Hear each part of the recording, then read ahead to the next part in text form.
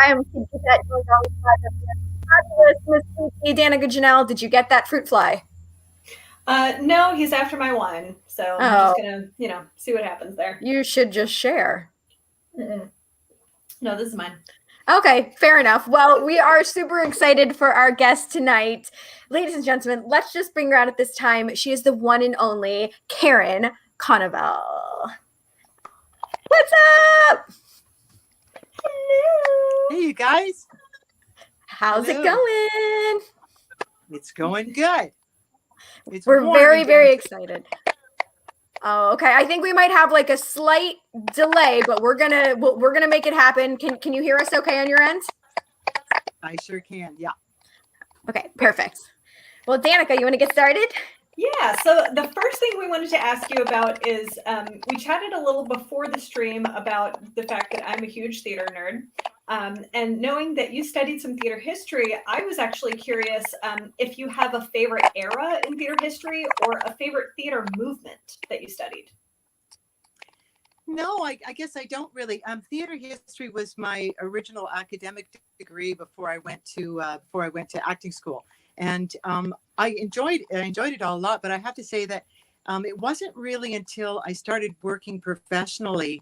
And mostly doing, well, not mostly, but a lot of musicals, like 25 years of musicals. So I guess if I have a genre I feel most familiar with, it's musical theater. And there are, certain composers and stuff that who I've most loved singing and working with their material. So in that regard, I could say, like in terms of musical theater, Stephen Sondheim's work is just brilliant and stunning to work with as an actor. It's just amazing. I loved working with so challenging to sing. It's so challenging, but it's just incredible. And I think I've done maybe 5 Sondheim musicals. Wow! And nice. Yeah, they're really, it's exceptional. Like for an actor, it's amazing material. It's just amazing material. And the subtext that you get inside his orchestrations is like everything is just so complete. It's incredible. So I can definitely remember the first Sondheim show that I worked on, and I literally, it was literally like the feeling of falling in love. It was, and I went, what is this? It was like, oh my God, this is like falling in love. It actually feels like falling in love. And it was from the moment I started, and it was it wasn't like a straight through show. Well, it was Side by Side by Sondheim, which is a compilation of many of his works. And I had some beautiful pieces to sing within that came from a bunch of different musicals. And it was extraordinary, just extraordinary. Like the experience of every single one of them was just amazing. So anyways, so I would say within the musical theater genre, Sondheim is at the top for me, as is Jacques Brel's music and Leonard Cohen. I was fortunate to do a review of Leonard Cohen's music at one point. There's others still sitting on my wish list, and many new musicals, like new Canadian musicals I worked on along the way too. So I love that. I love working on new material. So absolutely. I'm wow. with you. Melanie actually wants to know if you have any thoughts on the musical Hamilton. I haven't seen it, so no, I don't. No. I mean, I'm very fortunate to be working with David Diggs on Snowpiercer, which is amazing. So, but I have not seen a recording of Hamilton, nor have I been to New York to see it. So I'd love to have some thoughts on it, but once I've seen it one day. Awesome. Yeah, I think it's awesome. I know, Danica, you got to actually see it live, right? You had the opportunity. Yeah, I only got to see it on Disney Plus, so very jealous. Love it. Do you have a favorite Sondheim piece of music, Karin? Just about anything I've worked on. Yes, I could say something about just about every show. I mean, it's so wonderful to to stand like in the opening number of Sweeney Todd, I played the beggar woman in Sweeney Todd. To stand there in that opening is incredible. The opening number of Company is also, well, they're all extraordinary, but even to be inside these incredibly difficult, complex ensemble numbers, where you're often like there's some things in the opening of Company where you're trying to find your way in inside a tone cluster of like 5 notes and go, well, I'm going to slip right in there. And it's and just to get to hang on to your own train of whatever through that is an incredibly wonderful, challenging journey. I got to I played Joanne in Company, so The Ladies Who Lunch, which is an incredible rip the scenery off the back wall kind of song, and that was my sort of. But they've all been amazing to work on, just amazing. Awesome. I think you would do amazing in Assassins. Assassins is an amazing musical, isn't it? Oh my goodness! God. Especially because as I of course am now forgetting her name, but the gun song that they do, that's it's the 4-part harmony. It's basically a barbershop quartet that they do. Is just it's been a long time since I've heard the score, so I can't immediately flash on it, but I hear you. And all you have to do is move your little finger, and you can change the world. It's beautiful. It's such a good one. Oh, thank you. I'm just such a fan. Well, just to pivot a little bit, I've seen a lot of Planet of the Apes emojis that are popping up on our screen. Yeah. And one of the things we wanted to note is that you are obviously so incredibly passionate about all of your projects.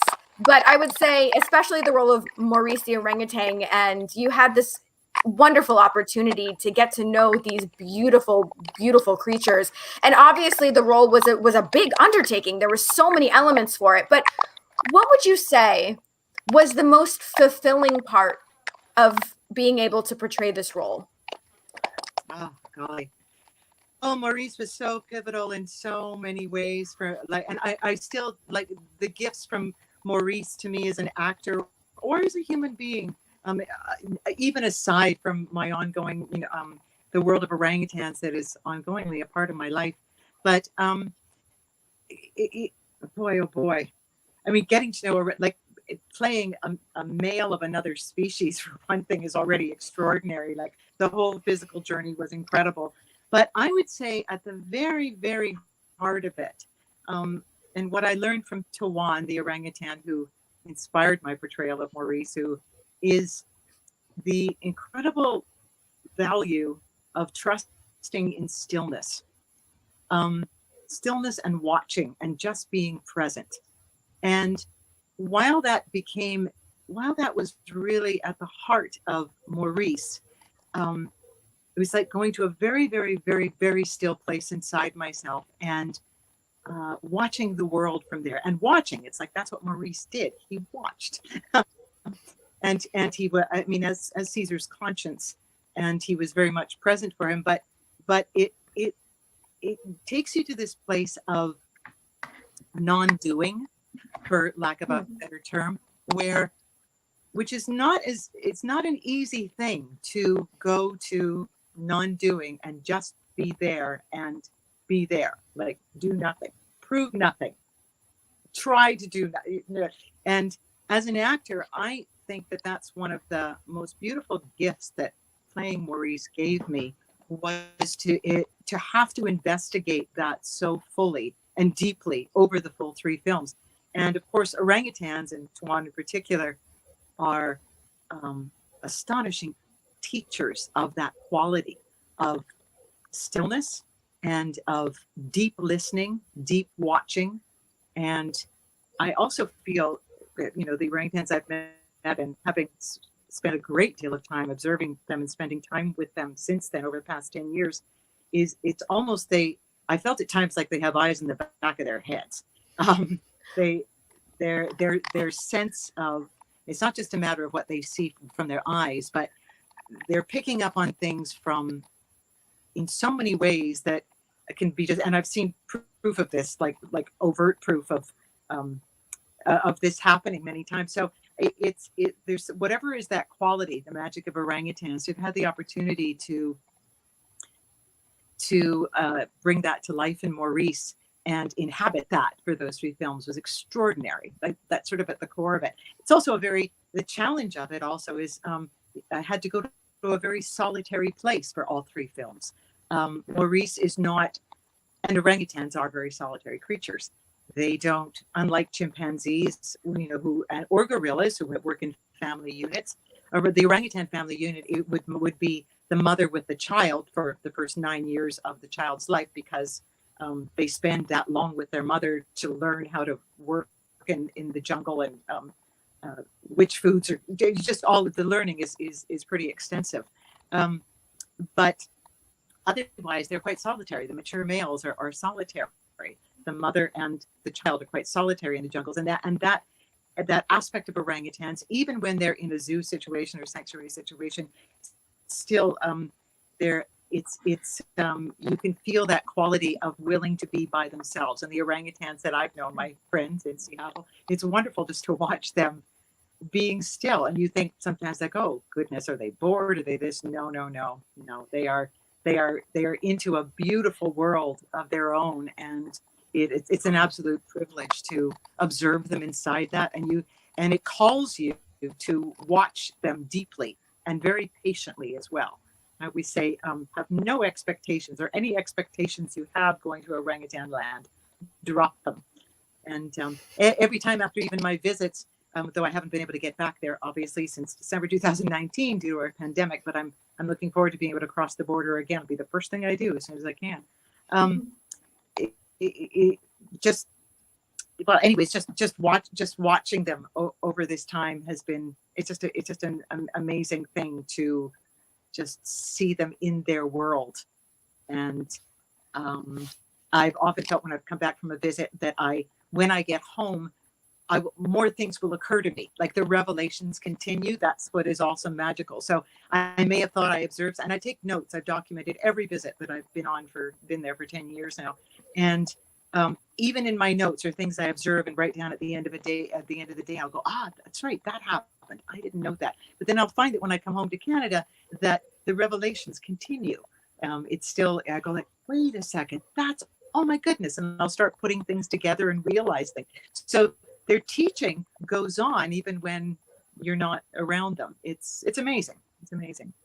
Yeah, that's stunning. It is. And a quick side note, because it happened today, I watched the video of Robin Williams meeting Coco for the first time, and it was such a beautiful interaction. So I can't even imagine, Karin, these interactions and that you've got to have, and these special moments over the past 10 years, like you said. Well, and let me be clear about the nature of these interactions as well, because I would never accept an in-person meeting like to be in the same room with a great ape. There's one of the issues in the world is the use of orangutans in performance, or there's a huge with people wanting to have them as pets, which is not. This has happened, and it's happened as a result of so many Hollywood films. People going, oh, what a cute la la la. I too would like to know. So I will never be in a situation. I have never been in a situation, and never will be in a situation where I am actually engaging. Like holding an orangutan or in that kind of thing. It's just something that's just not very helpful for their conservation or the issues facing them. However, so when I am visiting, it's always they're in their habitat and I'm on my side of the habitat. So even when Melody, my orangutan friend, and I are painting together, and she chooses all the colors and tells me when to change, we have a very vibrant conversation and painting through the window. And it will go on for hours, and it's very vibrant, and it's her choice. It's not like it's her choice to want to do this, but it's always in a separated space. That's very interesting. I wasn't aware of that, but that's why we're here, is to learn. Mm-hmm.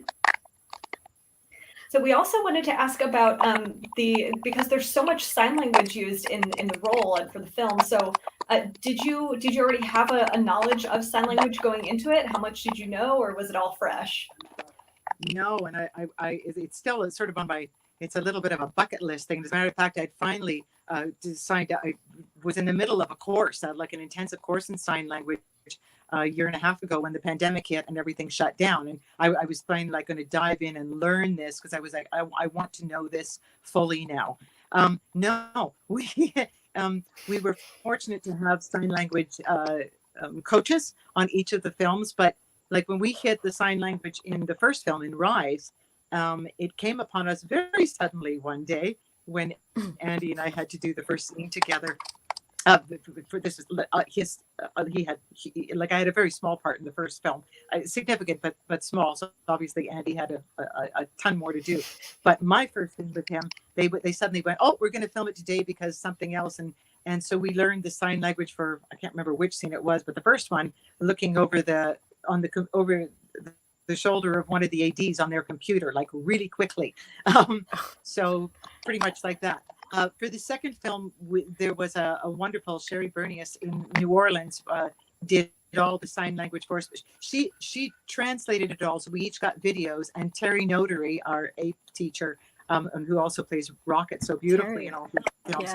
Yeah, Terry and Sherry worked together to bring so that the language would simplify to a sort of a more ape language. So then we had that to work with, and so we learned the script like that, and then learned other people's, obviously, other people's language as well, like in the group ape scenes where we were all talking to each other with our hands and stuff like that. Mm-hmm.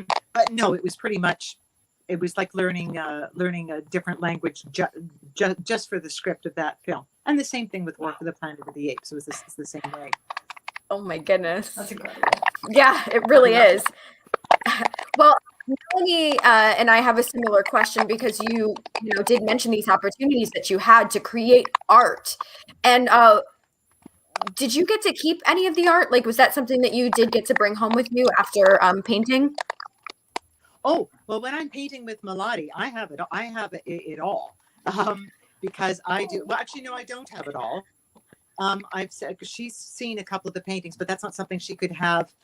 She can't have with her because it's while it's a watercolor paint or water-based acrylic, the only paints that the orangutans can use in their enrichment is non-toxic, and they've got to be certified non-toxic in all ways. So, but that's not what Melody likes to do.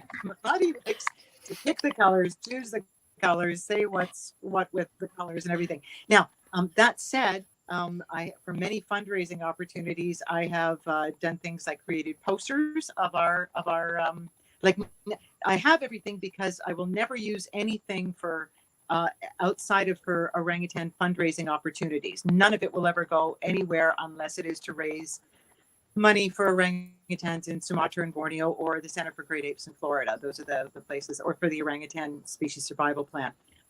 So I have done, because I do fundraising things, or take part in fundraising things every year, or donate things for fundraising things. So I've done things like create mugs with our artwork, or posters, or cards, things like that. So, so all the originals still sit with me, and then at some point, someday, there will be some exhibit, or they'll be part of a book with the stories or something like that. But anything that I would do around orangutans would be, like for in support of their conservation, or in support of the efforts of the people who are working very hard for their conservation. Mm-hmm. So specifically, like the Sumatran Orangutan Conservation Program, or the Borneo Orangutan Survival Foundation, Center for Great Apes in Florida. Those are the three major ones that I support, and through Orangutan Outreach, which is a wonderful fundraising organization that supports orangutans in Borneo and Sumatra. And as a matter of fact, there is orangutan. I just realized I should spit this out now. International Orangutan Day is August the 19th. That is coming next week. And for the past 3 years, and this is an X-Files connection, a beautiful one, at the last X-Files convention a couple of years ago, two lovely fans, Sarah Roussel and Nita Lang, approached me and said, would I like to do something with them in terms of orangutan fundraising? And this wonderful thing. So this is their child that came to life. And the first year, so Sarah, but they're both wonderful artists, and Sarah has her own company, Roo Rags. You can always check it out, rourags.com, to see some beautiful hand-printed screen art and Sarah's art. But anyways, so Sarah designed t-shirts the first year, and I did a postcard for it and everything. And the first years with the X-Files fans, incredible help we raised enough money to adopt 3 orangutans for a year in Sumatra. And then the second year, it was so amazing, this fundraising effort, that 12 orangutans were adopted for a year. So the next Wow. fundraiser is coming up. I don't know. It's not necessarily going to be launched in exactly August 19th, but it'll be coming up sometime soon. And if you want to know about this and take part in it, I've already created my postcard contribution for it, which is off with Sarah in Louisiana right now. And this will be announced at some point in the next week. And there'll be just a limited number of a very particular special 3 days only piece of artwork that will be screen printed onto t-shirts and bags and hand signed postcards from me. And so if you want to know about that, follow I think Sarah's handle is at Stella Rue on Twitter, and Nita's is at Don't Panic Face. And anyway, so that's coming up at some point in the next 2 weeks, but follow at Stella Rue if you want to learn more about that and take part in this. It'll be really special. And That's awesome. Let's see how many more orangutans we can adopt this year. Be great. Up here. Oh, there you go. Well, I was going to say, Karin, this has to be kind of like interesting for you because did you ever see like this journey in your life, like your passion being these orangutans, like just, you know, here you are singing Sondheim and now it's like this extra bonus that you get. How is that very surreal for you? It's totally, I mean, it's like, and I was thinking about it about a week ago was somebody put up something. It was the 10th anniversary of the opening of Rise of the Planet of the Apes. I was like, holy crow, that is amazing. You know, that was 10 years ago. And when I think as I posted, when I shared the post on Facebook, it was like the gifts that have unfolded from this for me in all ways, the orangutans, the people who care for orangutans, the just the everything, the POTA family, you know, like the Planet of the Apes. That's POTA. It's short form for. Got it. But all the artists who worked on any side of the camera, it's just been absolutely amazing, just amazing. And yes, literally, I think that was it was with Maurice that then I decided, I went, okay, I've done like 25 years of musicals, and that's lots. I've sung thousands, like tens of thousands of performances, just like tons. So I thought, well, I'll switch over more to film now. And so that was also transitional that way. And then I really felt, because of what I learned playing Maurice, that it strongly affected my work on film in a really good way. Once I could trust deeper and deeper and deeper inside, then I went, all right, well, let's follow this now. Let's see where this goes with television and film, and just stay with everybody. I mean, I'll do musicals again, but you're right. It's like it's night and day. It's totally night and day. Wow.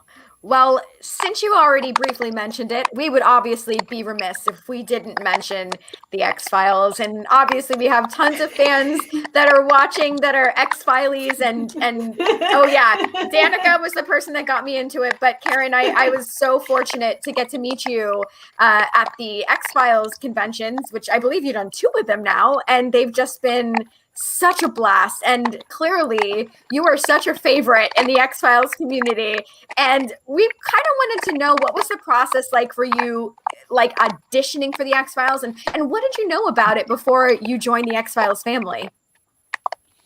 Nothing. I mean, fair enough. You know, in the 90s when it was filming here, and you know, quite honestly, because I was on stage, and I was on stage doing musicals every night, and I didn't have like a VCR or whatever, so I didn't watch TV really until I stopped being on stage every night, you know, somewhere in the early 2000s. And anyway, so I didn't really watch I watched a few, like some of the shows in the original X-Files, but I was working on stage at night, so I'd seen some over the years. I didn't have a huge familiarity with it, and then suddenly I can't remember. Well, I guess it was Clyde Bruckman's Final Repose that was my first role on the show, and I don't remember if I had auditions before that or if that was my first audition for the show. And I don't even really.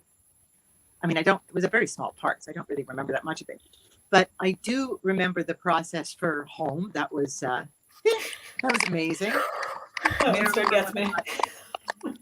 I remember when I picked up the sides for that and looked at the character description and went, he's the woman with no arms and no legs who lives under a bed. Like, how do you audition for that? Like, what do you do, right? You know, it's like, so I mean, I did what I've done since for things that are like, well, like what I did for Maurice or for anything else where you go, I don't know what to do with that. I mean, like, how do you dress for it? So I literally, you know, I basically put on black spandex from head to toe, tied my hair back, no makeup, you know, just like, and then I just went in, and I remember at North Shore Studio sitting in the hallway, like literally holding my arms behind my back, just trying to feel in my body, kind of because I've been a dancer my whole life, and I've worked physically.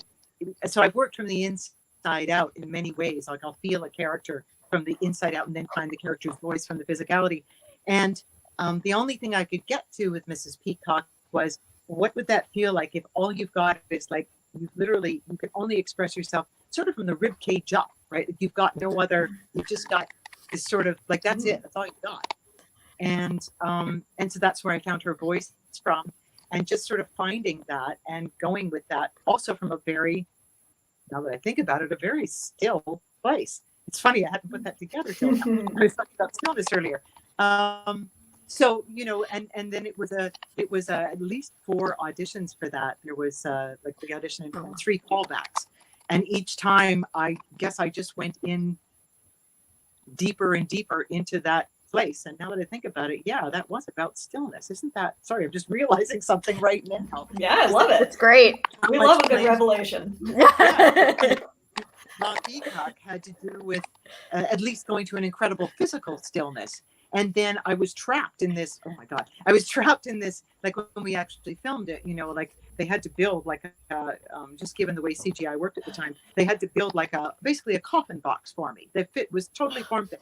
And up to, so the little arm things came off my shoulders, and I could literally only gesture from the shoulders. And I'm really claustrophobic. So here I was in this thing, and then under the bed, right? And I remember the first day going under the bed, and it was like, as they were pushing me under, I was like, oh, this is a real bed. And Kim Manners was like, what did you think it was going to be? Like, and I was like, well, it's like the mattress is like the bottom of the mattress was like right there. Hanging and I'm trapped in a box and I'm way underneath it. And all there was a little pin light, and then they've got blood shots going in my eyes. And I was a wreck. I was a wreck. So, and I just remember the room being filled with atmospheric smoke, and God bless this beautiful sound man who was in there with a boom, sitting on the ground, you know, holding the boom mic outside. And I was under there just going, and he's going, it's okay, you're gonna be okay, you're gonna be okay, you're gonna be okay. So anyways, and then so when they pull me out in the first, you know, the terrifying screaming and everything, well, guess who that was? That was me. That was like me releasing all the, you know, I mean, and I'm not a method actor at all. I really believe in, like, you do your work and then you drop it, and then you know, you carry on to craft services. You know what I mean? You don't need to walk around the text.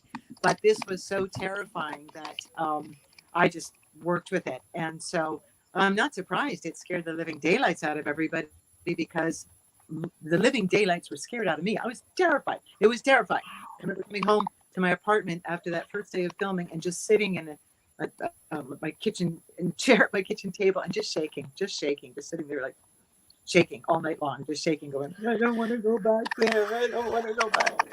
But anyways, and then, you know, but it was really interesting, a really interesting role. And I have such admiration for, like, when we were at X-Files and they played Home, where we met that kid, which was, yes, that was incredible to see it with the family. And as I said to the fans, it was the first time I'd ever seen it through, because it was such a scary episode that when it did air in Halloween, whatever, 1995, I watched it with the script in front of me, closing my eyes every time, you know, a yucky bet showed up. So as I admitted to, it's a rough one, people who were that night, I said, I'm going to keep my eyes open for this screening. And I did. And it was so great to do. Like, I'll never forget seeing it then. And my respect for that episode as an incredible and iconic piece of filmmaking just skyrocketed. And I also realized, I went, I'm hardly in this damn thing. Like, I'm hardly in it. Like, Mrs. Peacock is, like, if you took her screen time, you'd go, it's nothing. You know what I mean? It's like, it's what does it add up to? 6 minutes, maybe 7, if we're lucky, out of the whole whatever. This thing is extraordinary. Like, I think it's such an amazing it's such an amazing piece of filmmaking, and it was so wonderful for us all to see it together there. Yes, that was like definitely the highlight of my weekend at X Fest, and everyone's agreeing that they really enjoyed watching it in the group setting, thankfully. But oh well, can we do one more question each and then do the game? yes, because ask yours, Danica, and then I know Billy had a question that she sent in, so we'll do yours and then we'll do Billy's question. Great. So I also wanted to bring up my other favorite episode of yours with Little Chucky. So because effectively to me, you did play effectively 4 characters in that episode alone. So, I mean, first of all, complete hats off, because that is such an incredible range that you show. Just in that episode is just stellar work. But moreover, it looks like you just had so much fun playing Chucky. Especially, I mean, I've seen all the videos that you did like on Twitter. Hysterical. And I love it. So I was kind of curious, like, have there been any other characters are that fun to play for you? No. It's just him.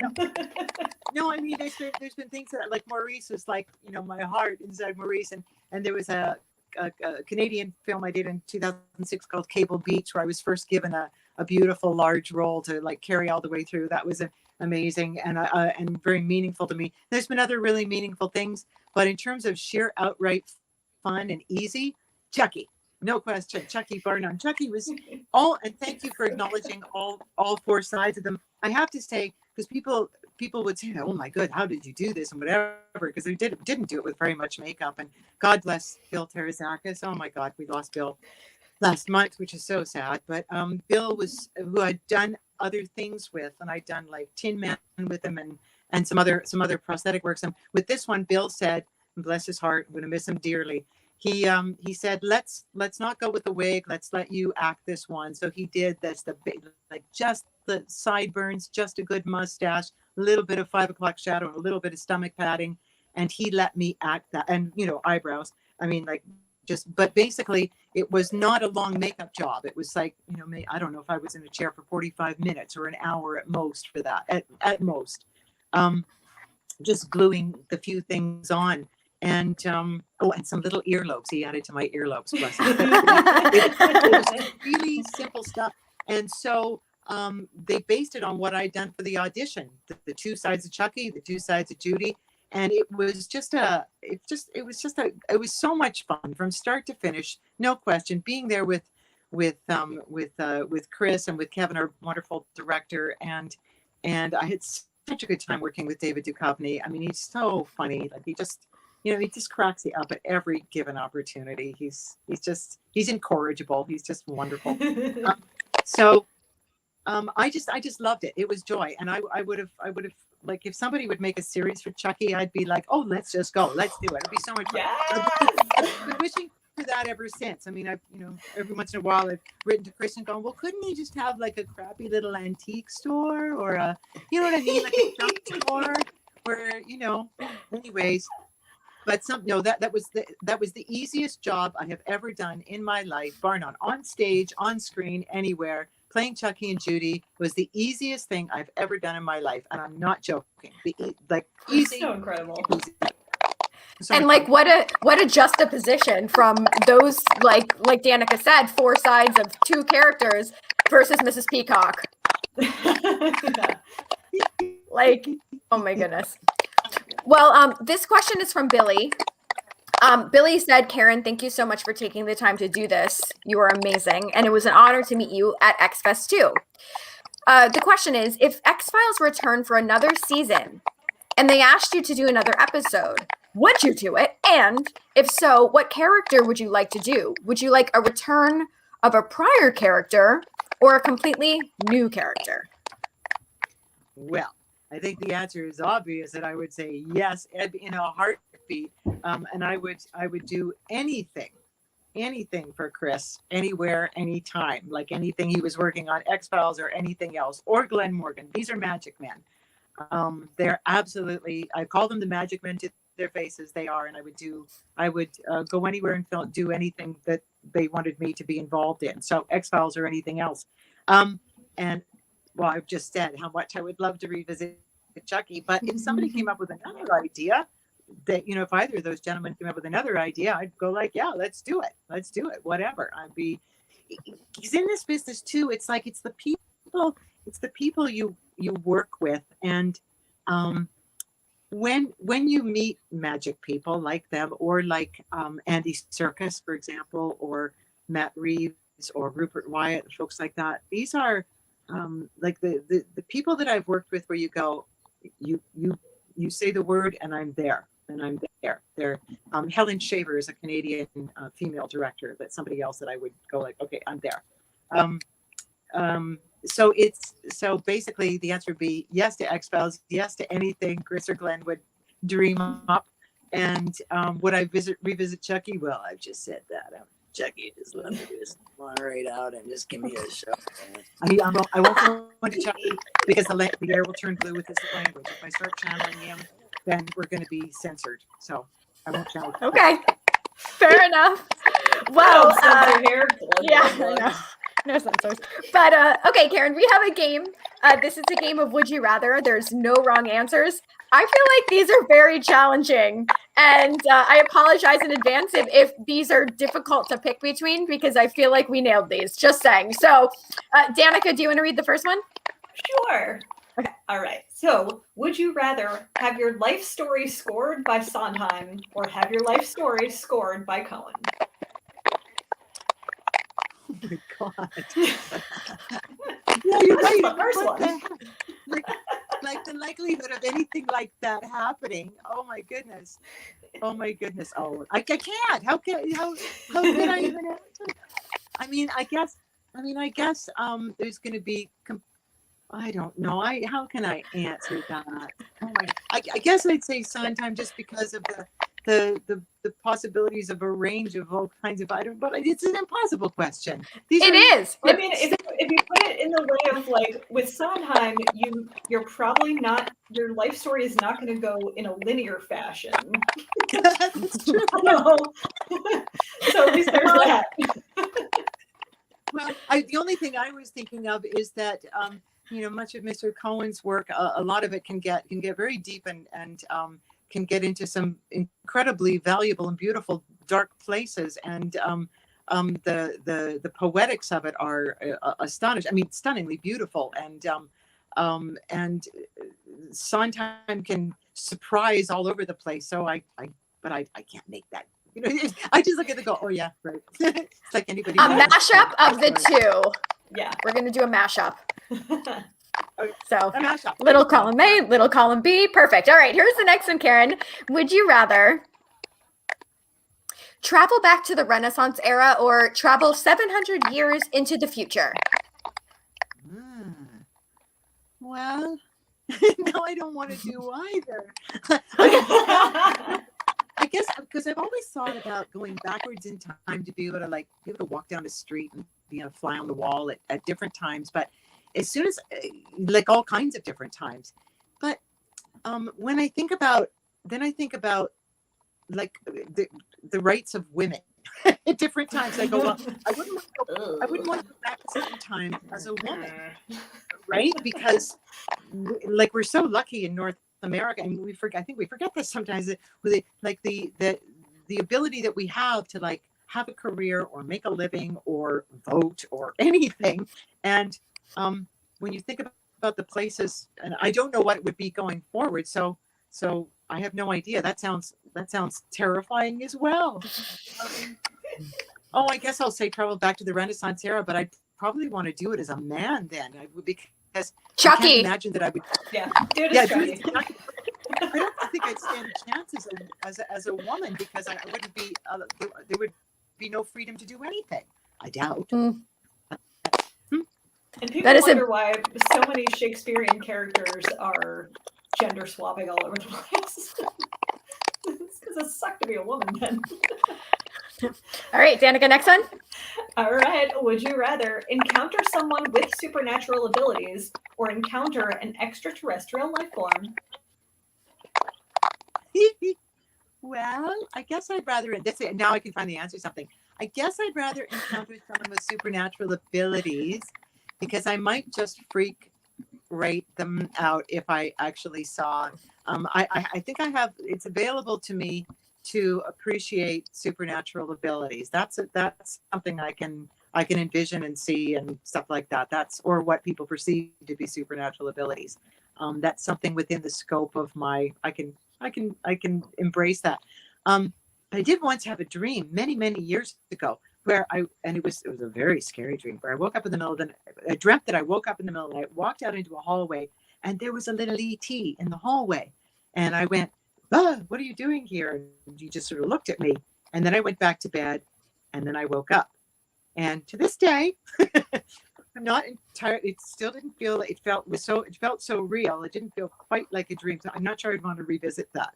But I mean, I'm sure it was a dream, but I'm not entirely positive that it was. This was like, it wasn't actually even in my own apartment. It was in Tom's apartment, but when we were dating before we got together 20 years ago, before we moved in together. And so I remember the exact location. It was like 1997 or 98, and it was very specific. So I don't think I want to meet I don't know. It could be okay if he was nice, I suppose. Okay. Don't worry, it's just swamp gas, right? Isn't that what they say? Okay. All right, here's the next one. This is another hard one. We apologize.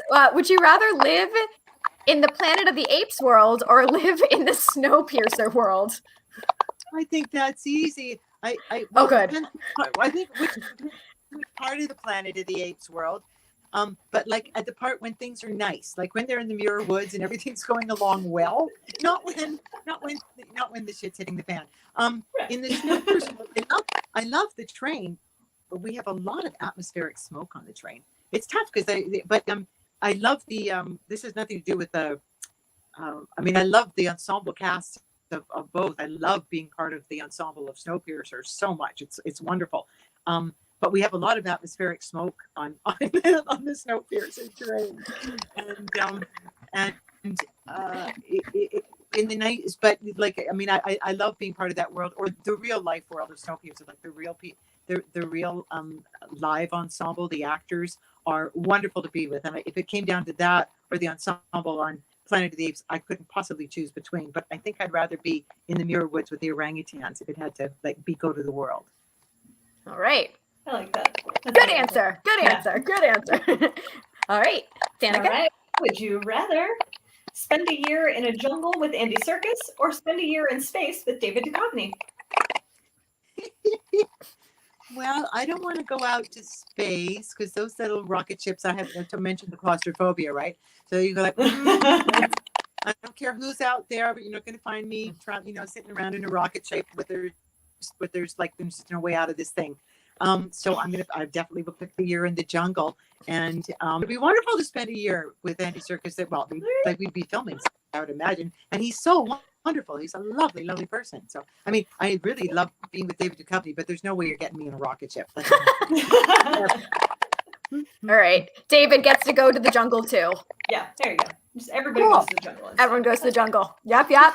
Okay, we got two more of these. Here we go. Would you rather spend an afternoon painting with Salvador Dali or have a writing session with Arthur Miller? Gee whiz. I don't know. Well, I guess the painting would be fun, just because that would be very interesting. That would probably be amazing.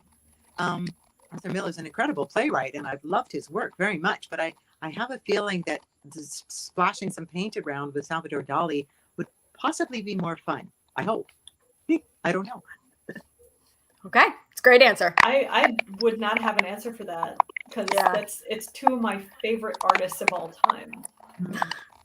Like I literally have a Dali tattoo, and I literally own every piece of writing that Arthur Miller has ever written, literally. He is. I think I have all of Arthur Miller's work as well, and it is incredible work. And I'm actually not a big fan of Salvador Dali's paintings because they're quite out there.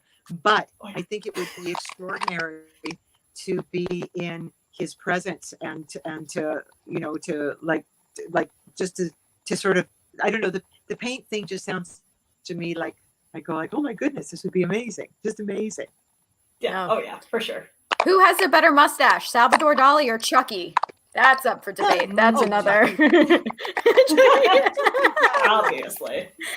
Nobody's cut, especially my $5 bizarre novelties mustache that I've been using for Chucky for the Twitter things for the last, however, whenever I do it. I literally take a piece of like double-sided, tape, and just go there, and it starts to come off in the middle of whatever. But so nobody's got a They're better so mustache. great. All right, If Danica. everybody out there has not had a chance to see these, highly recommend. All right. Would you rather? This is the last one. Be our last one. All right. Star in a musical version of Home or perform in a ballet version of Plus One. I'm not getting back under that bed for nothing. And the thought of Chucky as a ballet, oh my goodness, I couldn't resist. Can you see Chucky in His Own Ballet? Oh my God. Oh 100%. my God. Somebody should put Chucky in a ballet. Oh my God. He'd be unbearable. Absolutely unbearable. He would be just awful, and he would think he was absolutely brilliant. He'd probably be like smoking on stage. He'd have a drink with him. He'd be. I think Chucky in a ballet. Oh my God, that would be amazing. That'd be my Actually, new favorite ballet. all four of them in a ballet would be amazing. Every single one of them. Judy, Chucky, and Chucky. Oh, I'd love to do a ballet version of Plus One. Yes. Oh yes. I don't hate it. Well, that's the end of that. We finished Would You Rather. And Oh, the unfortunately, face I know, we're coming to the end of the stream. So before we wrap this up, Karin, do you have any final thoughts you want to leave us with here? It's just been really great to spend the time with you guys, and thank you so much for wanting to do this with me. And I look forward to, Kid, when we can meet in person again, and Danica, when we can meet. That would be so wonderful. So wonderful. Yes, So I definitely. look forward to whenever, when we get to the other side of the pandemic and all of that stuff, and when things are happening again, I just really look forward to meeting you both in person. That'd be so great. Absolutely. It's just great. X-Fest 3, putting it out there once everything is just like Melanie yes. says. Yep. Yes, we agree, Melanie. Well, before we do wrap this up, we want to go over our upcoming guests that we have. So next Tuesday, we have Levi Cooper, who is a professional wrestler. On Thursday, another professional wrestler, Chelsea Green. Following Tuesday. Yeah, following Tuesday, excuse me. Then that Thursday, Matthew Embry from the band Our Expandants. And then at the end of the month, we're welcoming back great groups from Whose Line Is It Anyway? And gosh, man, this has just been such a joy, Karin. Thank you so much. Like Danica said, my face hurts from smiling so much. Your stories are incredible. And until we see each other at X-Fest 3, I guess now we must part ways. Karin, I look forward to seeing all of your upcoming projects. I know you got some stuff coming up, so I look forward to it. And I guess have a wonderful rest of your week, everybody. We will see you guys real soon. Bye. Yeah.